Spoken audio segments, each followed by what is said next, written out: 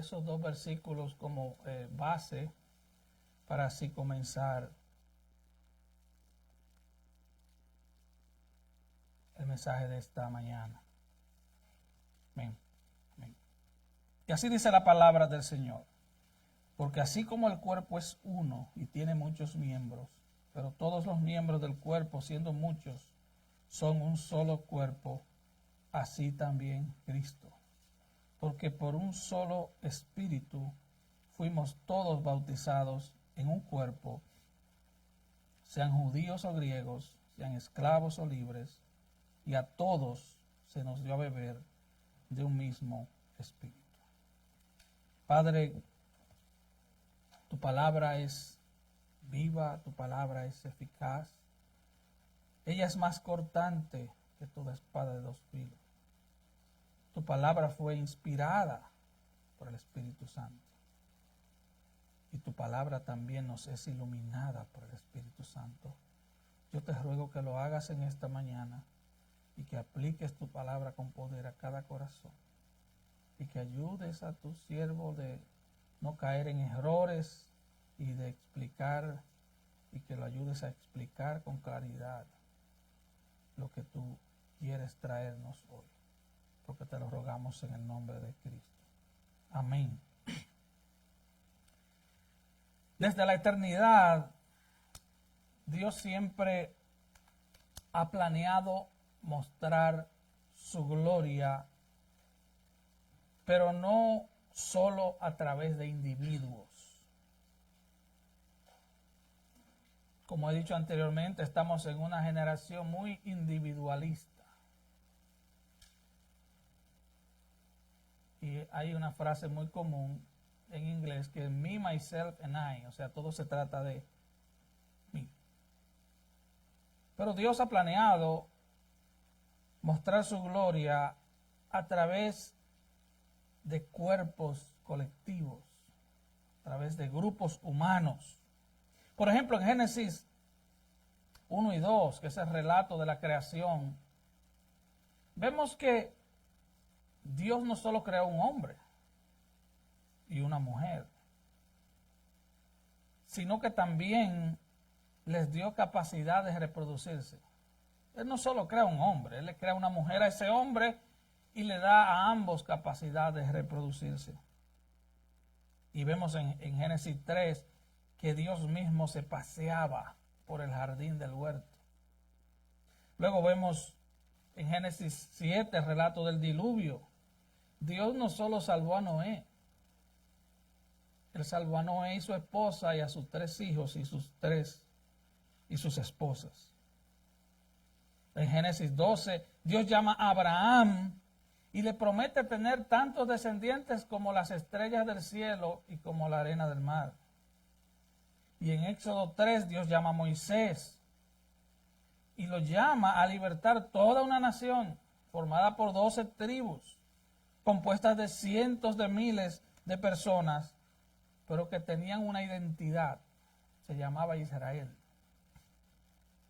En el Antiguo Testamento, en Éxodo 4, Dios llama a Israel mi hijo, mi primogénito.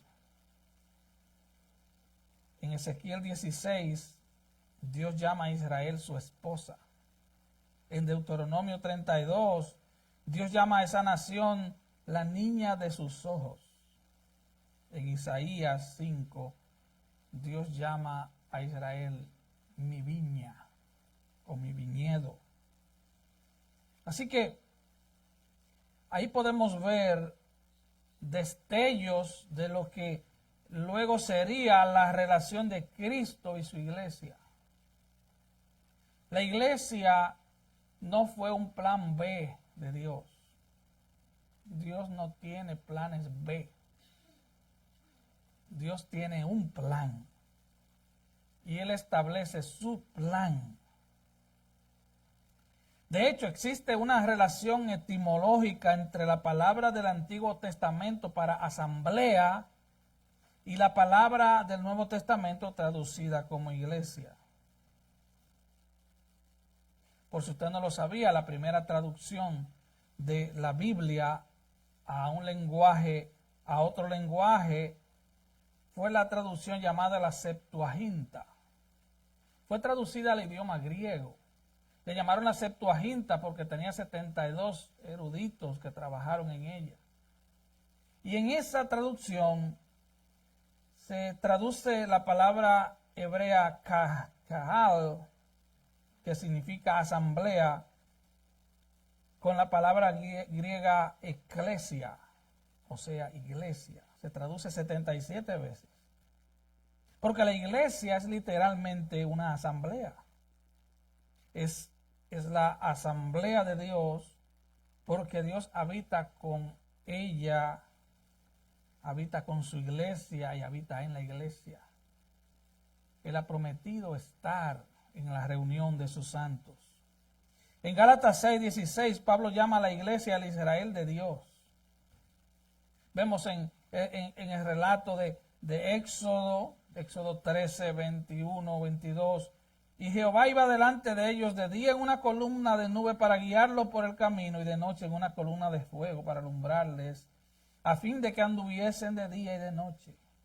Y nunca se apartó de delante del pueblo la columna de nube de día, ni la columna de fuego en la noche.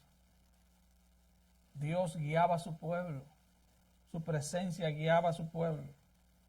Así mismo pasa con la iglesia. Vemos en Filipenses 4:5 que Pablo le dice a los filipenses: el Señor está cerca. No refiriéndose a la venida de Cristo, sino refiriéndose a que el Señor está ahí. Y en Mateo 28, después de Jesús recordarle la gran comisión a sus discípulos, Él le dice: he aquí, yo estaré con ustedes todos los días hasta el fin del mundo. Ya no vemos la nube de fuego en la noche. Ya no vemos la nube la columna de fuego en la noche, ni la columna de nube en el día. Pero el Señor está en su iglesia, guiando a su iglesia. Y Él ha prometido, según vemos en Mateo 16, que yo, dice el Señor, edificaré mi iglesia. Y las puertas del infierno no prevalecerán contra mi iglesia, dice el Señor. Así que la iglesia tiene sobre ella la gloria de Cristo, como vimos en la oración sacerdotal de Juan 17. Él le pide al Padre: Padre, la gloria que me diste, yo les he dado. Él le ha dado su gloria, parte de su gloria, para que la reflejen los miembros de la iglesia. Y en esa misma oración, el Señor se refiere constantemente a los cristianos, a los miembros de la iglesia, con la siguiente frase: los que me diste. Padre, los que me diste. ¿Qué quiere decir esto? Lo que esto quiere decir que el Padre le buscó una esposa al Hijo. El Padre le escogió una esposa al Hijo, así como se usaba en la antigüedad. Los que me diste, así se refiere Jesús a los que son suyos. Tú eres un regalo del Padre al Hijo y eres miembro de una iglesia. Así que la gloria de Cristo es exhibida en la iglesia en la medida en que sus miembros experimentan por la gracia de Dios el poder santificador del Espíritu Santo. Ese poder, recuerden, Hechos capítulo 2, recibirán el Espíritu Santo, el poder del Espíritu Santo. Y ese poder, ¿qué dice? Es para ser testigos, para testificar.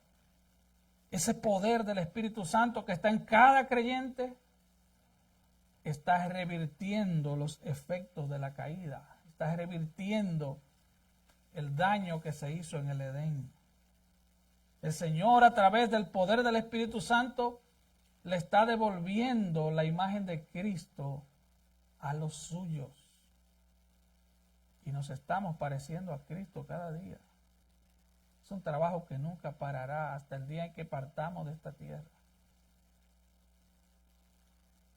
Y como vieron, el tema de mi mensaje de esta mañana es la iglesia, es el nombre de la serie, comprendiendo su significado. Comprendiendo su significado. Pero para entender su significado, y tal vez algunos se preguntará, ¿y por qué tomar toda una serie para hablar de la iglesia? Bueno, porque la iglesia está en el corazón mismo de Dios. La iglesia es tan importante, debe ser tan importante para nosotros, porque lo es para Dios. Es tan importante que Él envió a su amado Hijo, al Hijo de su amor, lo envió a morir por su iglesia. Así que es de máxima importancia. Queremos entonces ver algunos detalles de su significado, pero antes de ver su significado, vamos a ver lo que la iglesia no es. Y voy a seguir algunos puntos del pastor Sugel Michelin en su libro El Cuerpo de Cristo. Primero, la iglesia no es un edificio. La iglesia no es un edificio. Debemos entender eso. Muchas personas piensan en la iglesia como un edificio donde semanalmente se reúnen un grupo de cristianos para adorar a Dios. La iglesia no es un edificio. No, Cristo no murió por un edificio para una iglesia. Cristo no murió para que tuviéramos un templo lujoso. Cristo murió por personas, por pecadores. Y es bueno aclarar eso porque muchos de nosotros venimos de una tradición católica romana.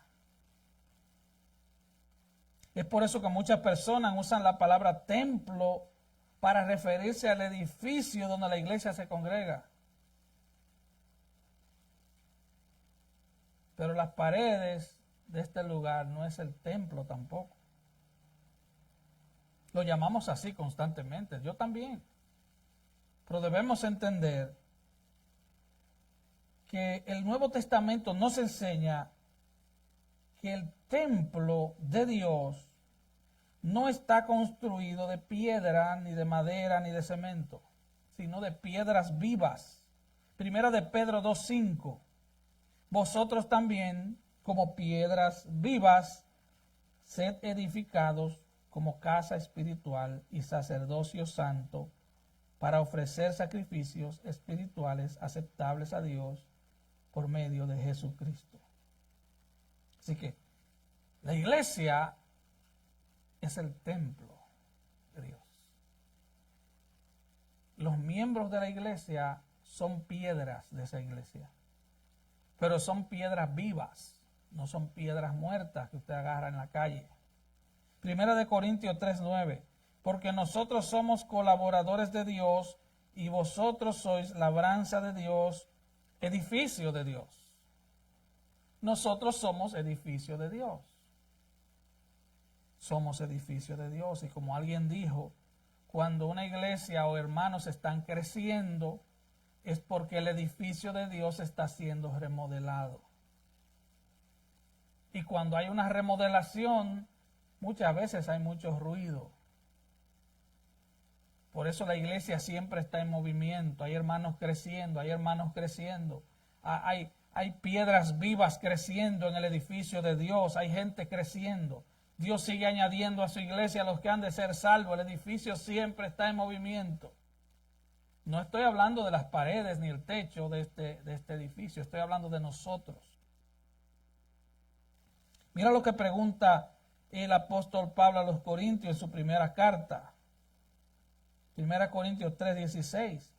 ¿No sabéis que sois templo de Dios y que el Espíritu de Dios mora en vosotros?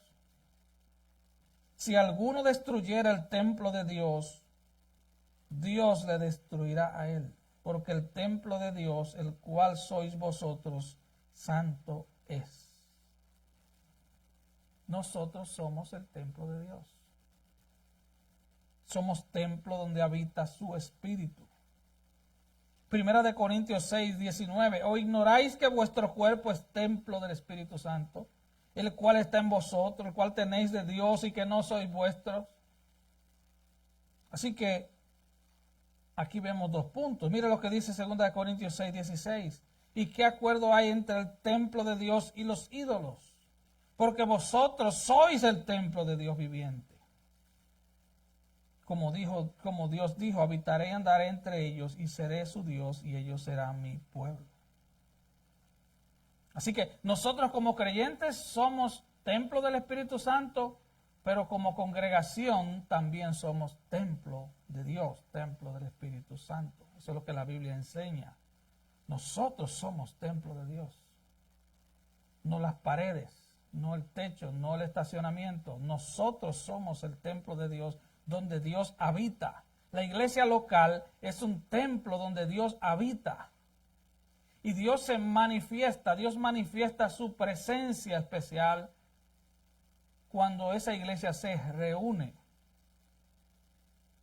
Pero cuando no estamos aquí reunidos, Iglesia Buenas Nuevas sigue existiendo. Lo único que no está aquí. Iglesia Buenas Nuevas no es el letrero que está allá afuera, ni la cruz gigante que está allá, ni las sillas azules, ni la alfombra azul. Iglesia Buenas Nuevas, cada uno de nosotros. Cuando termina este culto, Iglesia Buenas Nuevas se va a esparcir. Será una iglesia esparcida. Ahora somos una iglesia reunida. Segundo, la iglesia no es un conjunto de actividades religiosas. La iglesia no es un conjunto de actividades religiosas. Hay gente que dice, el domingo yo tengo iglesia. No, el domingo tú no tienes iglesia. Si tú eres cristiano, miembro de una iglesia local, tú eres parte de la iglesia que se va a reunir el domingo. Debemos entender eso. Porque aunque nos reunimos ciertos días de la semana, domingo, miércoles y a veces viernes, los otros días, mientras trabajamos, los otros días mientras algunos estudian, algunos van de vacaciones, la iglesia sigue existiendo y todos seguimos siendo miembros del cuerpo local de creyentes. Todos los días. Es importante entender esto porque los cristianos somos la iglesia y debemos usar nuestros dones no solo cuando nos reunimos, ponga atención a esto. Los cristianos, miembros de una iglesia local, no solo usan sus dones espirituales cuando se reúnen. Nosotros usamos los dones espirituales todo el tiempo. Nosotros no tenemos vida secular y vida espiritual. Una de las cosas que la Reforma Protestante afirmó es que nosotros siempre estamos adorando. Nosotros siempre estamos adorando. ¿Usted entiende eso? Siempre. Nosotros somos adoradores. Adorar no es cantar. Cantar es parte de la adoración. Ahora yo te pregunto, ¿cómo estás adorando en tu trabajo? ¿Cómo estás sirviendo a Dios en tu escuela? ¿Cómo tú sirves a Dios en tu vida matrimonial? ¿Cómo tú sirves a Dios como papá, como mamá, como hijo? ¿Cómo sirves a Dios? Pero los cristianos formamos la iglesia y la iglesia no es un conjunto de actividades. La iglesia son los miembros de esa iglesia. Número 3, la iglesia no son sus líderes. Aunque inconscientemente, en la práctica, muchos creyentes piensan eso. No es que lo expresen con su boca, pero lo piensan. Por ejemplo, si un miembro de la iglesia no anda caminando bien, muchos presuponen que el pastor es el único responsable de tratar de rescatarlo. Presuponen eso, no, porque la iglesia son los líderes. No lo dicen, pero presuponen, eso es deber del pastor. Y si alguien se aparta del Señor, generalmente le echan la culpa al pastor. Pero casi nadie se siente responsable. La iglesia no son los líderes. La iglesia es cada miembro de la iglesia. Cada convertido a Cristo que Dios ha injertado en esa iglesia. Y usted preguntará, como preguntó Caín en aquella terrible escena, la primera escena de violencia intrafamiliar que conoce la historia. Caín preguntó, ¿acaso soy yo guarda de mi hermano? La respuesta es sí, usted es guarda de su hermano. Si usted es cristiano, usted es guarda de su hermano. Así que aunque los pastores y los diáconos tienen una función particular en la iglesia, ellos no son la totalidad de la iglesia. Ellos no son los únicos responsables del cuidado de los miembros. Primera Tesalonicenses 5:14 dice, también os rogamos, hermanos, note la palabra hermanos, que amonestéis a los ociosos, que alentéis a los de poco ánimo, que sostengáis a los débiles, que seáis pacientes para con todos. La Nueva Traducción Viviente lo dice más sencillo. Dice, hermanos, les rogamos que amonesten a los perezosos, que alienten a los tímidos, que cuiden con ternura a los débiles. Usted dirá, pero yo no soy pastor, pero eres hermano. La iglesia local no es un punto de predicación donde yo consumo palabra de Dios y me voy. La iglesia no es un lugar que transmite culto por internet. Aquí hay hermanos que han llegado por internet. Por ejemplo, el hermanito Dylan llegó porque vio un culto por internet. Sí, qué bueno. Pero él llegó aquí y se quedó aquí. Amonesten a los perezosos. Hermanos, Pablo dice hermanos. Amonesten a los perezosos, alienten a los tímidos, cuiden con ternura a los débiles. Y usted dirá, ¿y cómo yo hago eso? Bueno, llénate de la palabra de Dios, estudia la palabra de Dios, ora por tus hermanos y pídele al Señor que te despoje de ese egoísmo y de ese individualismo con que venimos de fábrica. Se da cuenta que cuando los niños son chiquitos, la primera palabra que ellos dicen es mío. ¿Verdad que sí? Esa es su palabra favorita, mío. Algunos dicen que los niños nacen con el puño cerrado y después cuando uno muere, muere con las manos abiertas, ¿verdad? Así somos, pero tenemos que crecer. Es verdad que hay niños espirituales en la iglesia. En todas las iglesias hay niños espirituales. Pero la iglesia no es un daycare. La iglesia tiene que crecer, tenemos que crecer. Tenemos que convertirnos en cristianos maduros para atender a otros hermanos. Yo recuerdo que David ya a los 9 años cuidaba a los otros 2. A los 9 años. Eso es lo que se supone. Que los hermanos mayores vayan creciendo para que cuiden a los hermanos menores. Y los hermanos menores van a seguir creciendo para que cuiden a otros. Hermanos, cuidado con una dependencia tóxica de los pastores.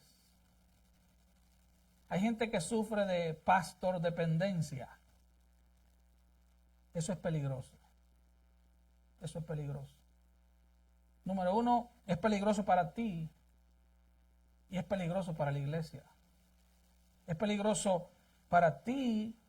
Mire, lamentablemente, en esta iglesia ha pasado que hay personas que se han ido de la iglesia porque mi esposa las llama y le da seguimiento, pero ellas quieren que el pastor sea que la llame. Hermana,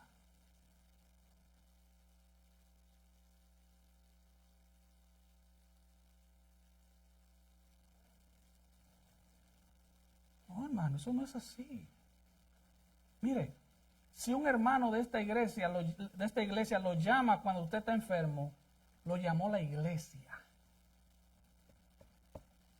Si un hermano de esta iglesia le lleva una compra cuando usted está en necesidad, fue buenas nuevas que le llevó esa compra, aunque nadie más se entere. Qué bueno que nadie más se entere. Cuando un hermano le arregla un carro a alguien que está quedado por ahí, a un miembro de la iglesia, como pasó el miércoles con David, no fue Gerardo que le arregló el carro, fue la iglesia que le arregló el carro. Porque la gloria es para Cristo. Nosotros no queremos llevarnos la gloria a nosotros. Es peligroso para ti, hermano. Es peligroso esa dependencia enfermiza de un pastor. Eso es malo, hermano, porque el pastor es un pecador salvo por gracia también. Y en el caso nuestro, que trabajamos también secularmente, por decirlo de algún modo, aunque no es secular, pero trabajamos pintando, subió una escalera o qué sé yo, con una brocha y un rollo. Esa dependencia no es buena, porque los hermanos no crecen. ¿Qué le parecería si, por ejemplo, Devin y Kim, que se van a casar, que bueno, necesitan consejería prematrimonial? Y yo le digo, bueno, el próximo viernes el hermano Rafael y Damaris le van a dar la consejería a ustedes. Ustedes deberían estar listos para eso. Ustedes estudian la Biblia, oran y son hermanos, miembros del cuerpo de Cristo. Lo puse a ustedes como ejemplo, pero cualquier pareja que esté creciendo en el Señor. ¿Sabe? Venimos de una cultura donde el pastor es una estrella. Y por eso se estrellan tanto, ¿eh? Porque los tienen como estrellas, los tienen como celebridades. No, es que ese pastor tiene una conexión con el cielo terrible. Él es el ungido. Oh. Lo que dice la Biblia no es eso. Lo que dice la Biblia es que cada creyente es ungido. Ustedes tienen la unción del santo. Los pastores, y yo le decía a unos hermanos esta mañana, los pastores tienen 3 funciones: alimentar las ovejas con la palabra de Dios, orar por ellos y supervisar el crecimiento espiritual de cada hermano de la iglesia. 3 funciones que están establecidas en las 3 palabras que se usan para definir el ministerio pastoral: pastor, anciano y obispo. Es lo mismo, eso es pastor, es lo mismo. A algunos les gusta el nombre de obispo porque suena como más, más de más nivel. Pero es lo mismo, hermano. Dejemos la ignorancia, es lo mismo, pastor. Así que eso es peligroso. Mira lo que dice Romanos 15:14. Pero estoy seguro de vosotros, hermanos míos, de que vosotros mismos, no los pastores, vosotros mismos estáis llenos de bondad, llenos de conocimiento, de tal manera que podéis amonestaros los unos a los otros. Ustedes mismos están llenos de bondad y conocimiento. Oiga qué balance, bondad y conocimiento. Así que usted puede tomar un hermano y aconsejarlo por la palabra. Ese es un cuadro de lo que es la iglesia de Cristo. Miren lo que el texto que usamos, el texto base que usamos. 1 Corintios 12. Porque así como el cuerpo es uno y tiene muchos miembros, pero todos los miembros del cuerpo, siendo muchos, son un solo cuerpo, así también Cristo. Y si usted lee con detenimiento, usted diría, bueno, debería decir así también la iglesia, pero no, dice así también Cristo. Cristo tiene un cuerpo. Y ese cuerpo es la iglesia. Tal vez tú eres el dedo chiquito del pie, pero eres miembro del cuerpo. Y tú dirás, bueno, pero es que yo soy el dedo chiquito del pie y nadie me mira. Siempre estoy adentro de zapatos. Bueno, pero si te cortan el dedo chiquito del pie, te vas de boca y te caes. Tal vez tú no tomas parte activa en el servicio, pero tú siempre estás orando por los hermanos. Eres el dedo chiquito del pie, nadie te ve, pero eres vital para que ese cuerpo de creyentes camine derecho, porque siempre estás intercediendo por tus hermanos. Y luego dice el versículo 13, porque por un solo espíritu fuimos todos bautizados en un cuerpo.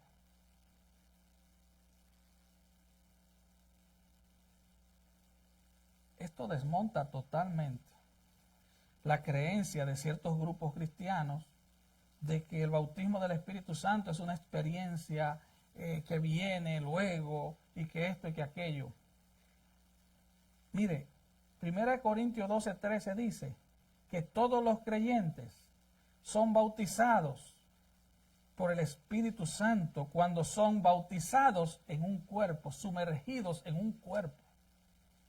Todo creyente en Cristo, todo aquel que ha sido perdonado, todo aquel que ha sido lavado por la sangre de Cristo, todo aquel que ha nacido de nuevo, ha sido bautizado por el Espíritu Santo en un cuerpo. Bautizado significa sumergido. Tú has sido sumergido en el cuerpo local de creyentes.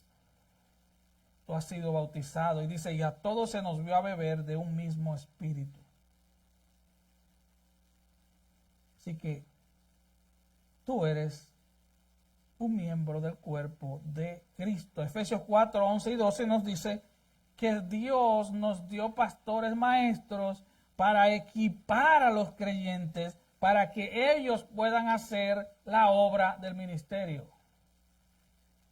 Así que la labor de los pastores no es poner a la gente a bailar, ni a reírse, ni a brincar. La labor de los pastores y maestros es equipar a los santos, los creyentes, los santificados y llamados a ser santos, como le dice Pablo a los Corintios en el capítulo 1 de Primera de Corintios, los santificados y llamados a ser santos, nosotros los creyentes, los pastores entonces equipan los santos, equipan. ¿Con qué lo equipan? ¿Con un martillo y un serrucho?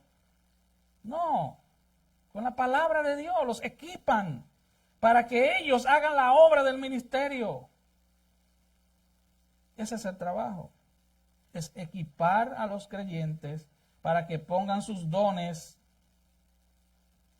espirituales en operación cuando estamos reunidos como iglesia y cuando no estamos reunidos como iglesia.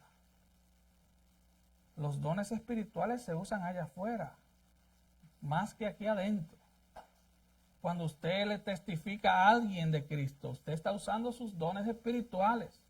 Cuando usted ora por alguien fuera del tiempo del culto, usted está usando los dones espirituales. Cuando usted aconseja a alguien bíblicamente, usted está usando los dones espirituales.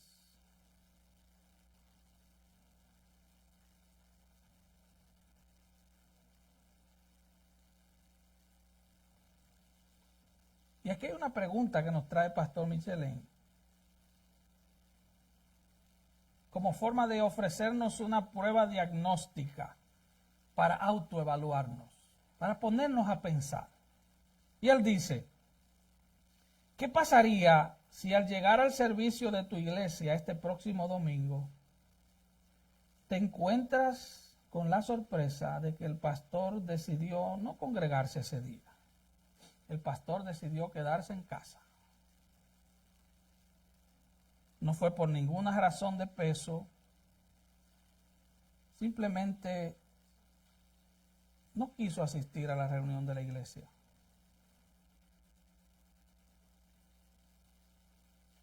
Esto es una pregunta para que meditemos.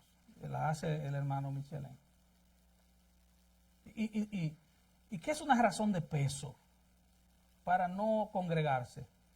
Bueno, es una razón que tú puedas presentársela al Señor en el día del juicio. Es una razón de peso. Pero el pastor no quiso asistir a la reunión de la iglesia. ¿Cuál sería tu reacción? Sería un escándalo, ¿verdad que sí? Seamos sinceros, eso sería un escándalo, ¿verdad? Y realmente lo es. Ahora él hace otra pregunta. ¿Y si fuera un miembro ordinario de la iglesia el que decidiera no congregarse porque prefirió quedarse en casa? ¿Tú lo verías igualmente de escandaloso?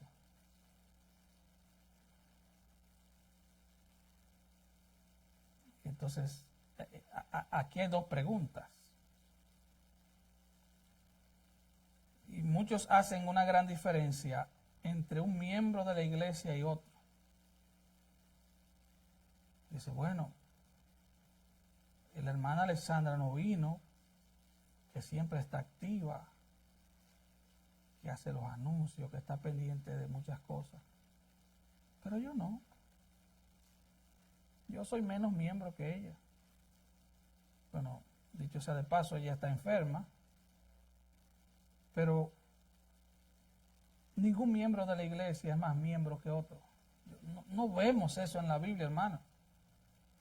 Yo no veo eso en el Nuevo Testamento. Ningún miembro de la iglesia es más miembro que otro. El pastor no es más miembro que otro. El pastor lo único que tiene es una gran y terrible responsabilidad encima. Ningún miembro es más miembro que otro. Y él sigue diciendo, la misma responsabilidad que tiene el pastor para prepararse bien para predicar, es la que tienen los miembros de su iglesia para prepararse bien para ir a escuchar. Es una responsabilidad doble. Los pastores se preparan para enseñar, los que no son pastores se preparan para escuchar. Yo necesito crecer, los que oyen necesitan crecer. Si el pastor falta sin ninguna razón de peso, es un escándalo. Pero también debería ser un escándalo si tú faltas sin ninguna razón de peso. No, es que mira, aquí hay hermanos que vienen de trabajar o se van a trabajar. Esto es América, el sueño americano. Hay hermanos que los miércoles vienen corriendo del trabajo. A veces sucio porque eso fue lo que le tocó. Pero es tu responsabilidad, hermano, estar aquí. Yo veo en la Biblia esa responsabilidad. No estoy tratando de hacerte sentir culpable, esa no es mi motivación. Es mi deber como pastor advertirte eso. En los servicios de la iglesia hay que estar en la iglesia. No, que me llegó un primo de Honduras. Primo, vamos para la iglesia. Yo recuerdo en el tiempo del funeral de mi mamá que, bueno, en mi casa hay una ley. Todo el que vive en mi casa, menos el perro y los 4 gatos, tienen que ir a la iglesia. Entonces llega mi hermano, que es mayor que yo, ¿verdad? Pero Milka, la noche antes del culto, le dijo, tío, mañana a las 9 salimos para la iglesia. Es una ley. Y ella me libró de ese mal rato de tener que decírselo. Pero ella, con la autoridad de toda una mujer, joven mujer de Dios, le dijo, tío, mañana a las 9 salimos para la iglesia. El culto es a las 11, pero salimos a las 9. Le dijo, ok, yo voy a estar listo a las 9. Recuerda 1 Corintios 12:12. El cuerpo es uno, pero tiene muchos miembros. Significa que tú eres importante para la iglesia. Tú eres importante. Yo lo he dicho otras veces, pero alguien dijo que el apéndice solo sirve para dar apendicitis. Hasta el día de hoy no se ha descubierto para qué sirve el apéndice. Si alguien lo ha descubierto, no me he enterado. Pero como alguien dijo, el cuerpo de Cristo no tiene apéndice. Todos somos necesarios. Hasta ese abrazo que tú le das a ese hermano es necesario. Hasta esa sonrisa, ese saludo, ese Dios te bendiga que tú le das a ese hermano es necesario.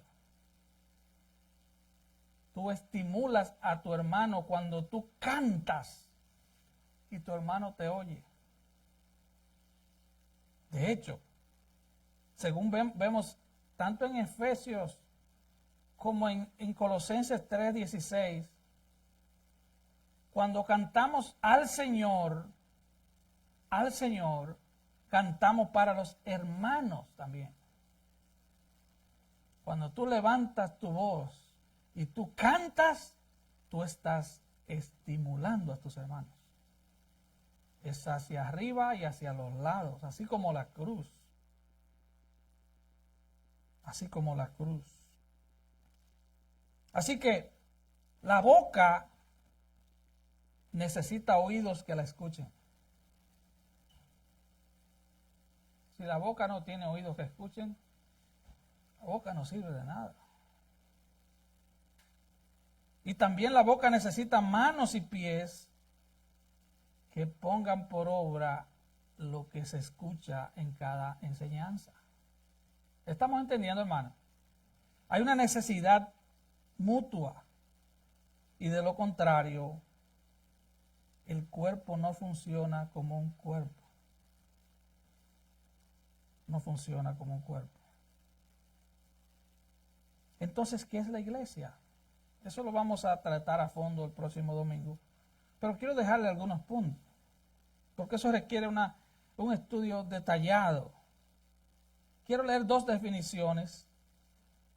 Henry Barrow, hablando de la iglesia universal, él dijo: la iglesia contiene a todos los elegidos de Dios que han sido, son o serán. Pero refiriéndose a la iglesia local, él dijo: es una compañía y hermandad de personas fieles y santas reunidas en el nombre de Cristo, su único rey, sacerdote y profeta, adorándole correctamente, siendo gobernados pacífica y silenciosamente por sus oficiales y leyes, manteniendo la unidad de la fe en el vínculo de la paz y amor no fingido. Como vimos entonces, recapitulando, la iglesia es llamada el cuerpo de Cristo, 1 Corintios 12. Es llamada el pueblo de Dios, 1 de Pedro 2:9. Es llamada la familia de Dios, Efesios 2:19. Es llamado el templo de Dios, en 1 Corintios 3. Es llamado edificio de Dios, en 1 Corintios 3 y Efesios 2. Templo de Dios, familia de Dios, edificio de Dios. Hay algo extremadamente especial e inexplicable cuando el pueblo de Dios se reúne. No podemos explicarlo a cabalidad porque es algo que solo espiritualmente podemos discernirlo. Pero Él ha prometido estar ahí. Él habita en medio de las alabanzas de su pueblo, dice el salmista. Él habita ahí. Y como dice el Salmo 133, si mi memoria no me falla, ahí envía Jehová bendición y vida eterna. Cuando los hermanos están como juntos y en armonía. Ahí. Tú dirás, yo soy un bendecido de Dios. Claro que sí. Tú eres bendecido de Dios porque tú eres de Dios. Pero cuando nos reunimos como iglesia, como dice Pablo, reunidos como iglesia, no reunidos en la iglesia. Él dice reunidos como iglesia.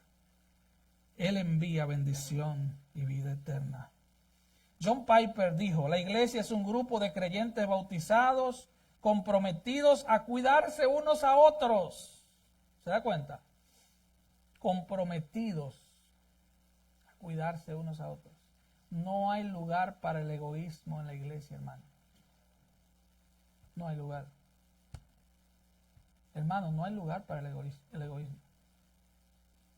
Es por eso que en 1 Corintios 12, versículo 26 dice, de manera que si un miembro padece, todos los demás se hacen los locos. ¿Eso es lo que dice? No. Todos voltean la cara y le dan la espalda porque está padeciendo. Hay gente que cree que cuando un hermano está padeciendo es porque está en maldición. No, yo no quiero juntarme porque él está en maldición. No, eso no es lo que dice aquí. Lo que aquí dice es, de manera que si un miembro padece, todos los miembros se duelen con él. ¿Usted no se ha dado cuenta que cuando a usted le duele un pie, hasta la cabeza a veces le duele? A usted le duele la espalda y todo el cuerpo está afectado. Así es tu iglesia. Así es tu iglesia. Dejen de decir la iglesia del pastor Lucrecio. Que eso es mentira, hermano. No mienta. Yo no he muerto, iba a decir morido. Yo no he muerto por usted. Es la iglesia de Cristo, es mi iglesia. Mejor diga, es mi iglesia. Ahí pertenezco, de ahí soy. Ahí estoy alimentándome, ahí estoy creciendo. Esa es mi iglesia. Esa es la forma correcta. Es mi iglesia, no es la iglesia de fulano. Yo estoy, dijo el Señor, Mateo 16, edificando mi iglesia. ¿Y cuál es la roca sobre la cual Él está edificando esa iglesia? No es Pedro, como creen los católicos. Es lo que Pedro dijo. ¿Qué fue lo que Pedro dijo? ¿Cuál es la confesión de Pedro? Tú eres el Cristo, el Hijo del Dios viviente. Sobre esa piedra angular se está edificando la iglesia. No sobre la imagen de un pastor, no sobre el carisma y la elegancia de un pastor. No, hermano, es sobre esa verdad. Tú eres el Cristo, el Hijo del Dios viviente. Termino con la definición de John Piper. La iglesia local es un grupo de creyentes bautizados, comprometidos a cuidarse unos a otros, que se reúnen regularmente para adorar a Dios a través de Jesucristo, para ser exhortados por la palabra de Dios y para celebrar las ordenanzas de Cristo bajo la guianza de líderes debidamente constituidos. Y si tú estás aquí sin Cristo, no puedo terminar sin recordarte que estar en una reunión de cristianos no te salva. Todo verdadero cristiano sabe que tiene que congregarse. Pero la salvación solo viene a través del arrepentimiento y la fe. Ven a Cristo. Ven a Cristo arrepentido de tus pecados.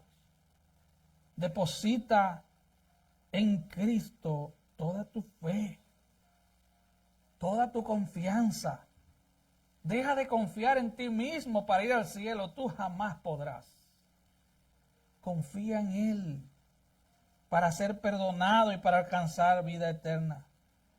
Cristo murió en la cruz para perdonar pecadores de todo linaje, lengua, nación y librarlos de la justa condenación que los espera. Y después de salvarlos, los injertó en iglesias locales. Porque la salvación, aunque es individual, es un proyecto de comunidad. Él nos salva y nos injerta en iglesias locales para que estimulemos a otros y seamos estimulados nosotros, para que amemos a otros y seamos amados nosotros, para que le sirvamos a otros y también nos sirvan a nosotros. Ven a Cristo el Señor y vas a ser parte de el grupo más maravilloso, más gozoso y que goza de la paz sobrenatural de Cristo. Ven a Cristo el Señor, ven hoy. Después de cerrar el servicio, vamos a quedarnos un momento. Si necesita la oración, vamos a estar aquí. Inclinemos nuestros rostros en oración.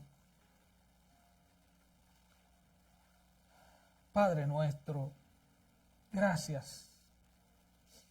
Gracias por tu palabra. Gracias, Señor. Gracias por exponernos ante tus sagradas escrituras. Oh Padre, que tu palabra sea aplicada en los corazones.